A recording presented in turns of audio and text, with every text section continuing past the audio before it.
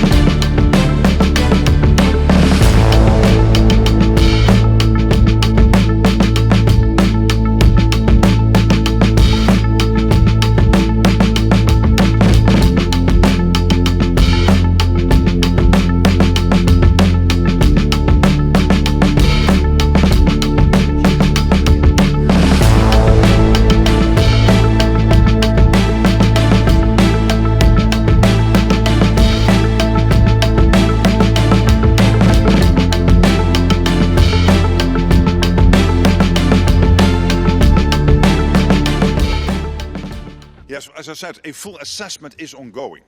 But of course, whether it was intentionally or not, it is absolutely reckless. It is absolutely dangerous. But as I said, the full assessment is ongoing. And to Putin, I mean, my message is clear. Stop the war in Ukraine. Stop the escalating war, which he is now basically mounting on innocent civilians and civilian infrastructure. Stop violating Allied airspace. And know that we stand ready. That we are vigilant and that we will defend every inch of NATO territory.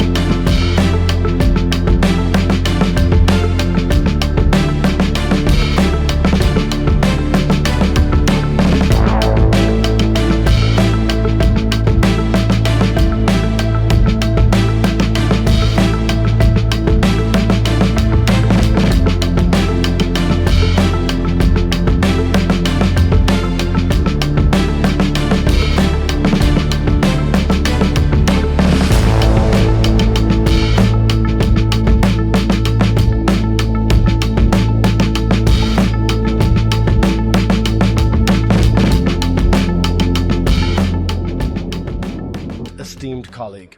According to the statements and reports from the Polish Prime Minister, we are talking about 19 drones, Shahed or similar models, which were apparently launched from Belarusian territory. There is definitely no reason to suspect that this is due to course correction errors or anything of the sort.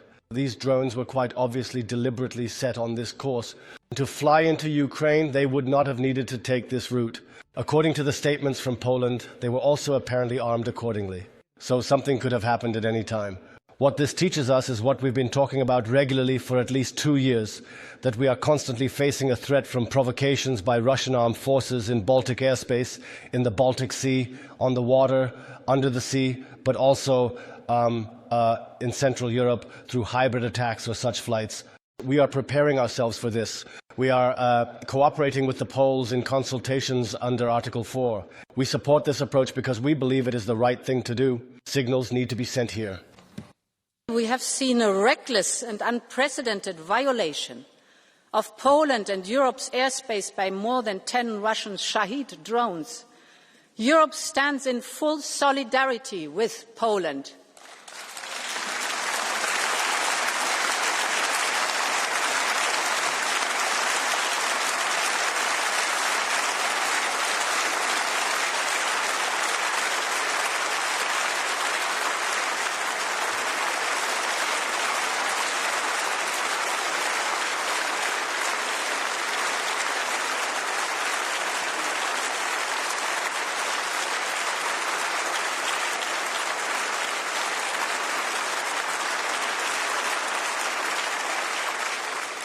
Putin's message is clear, and our response must be clear too.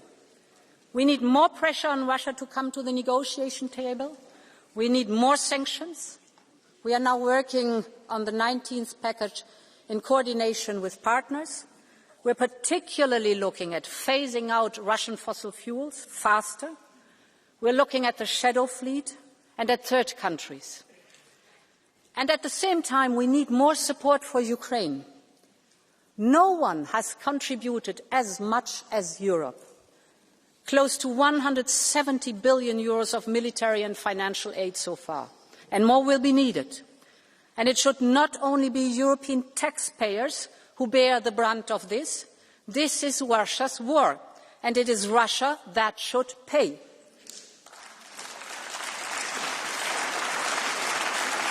And this is why we need to work urgently on a new solution to finance Ukraine's war response and effort on the basis of the immobilized Russian assets.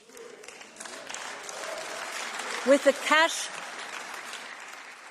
cash balances associated to these Russian assets, we can provide Ukraine with a reparations loan. The assets themselves will not be touched, and the risk will have to be carried collectively. Ukraine will only pay back the loan once Russia pays for the reparations.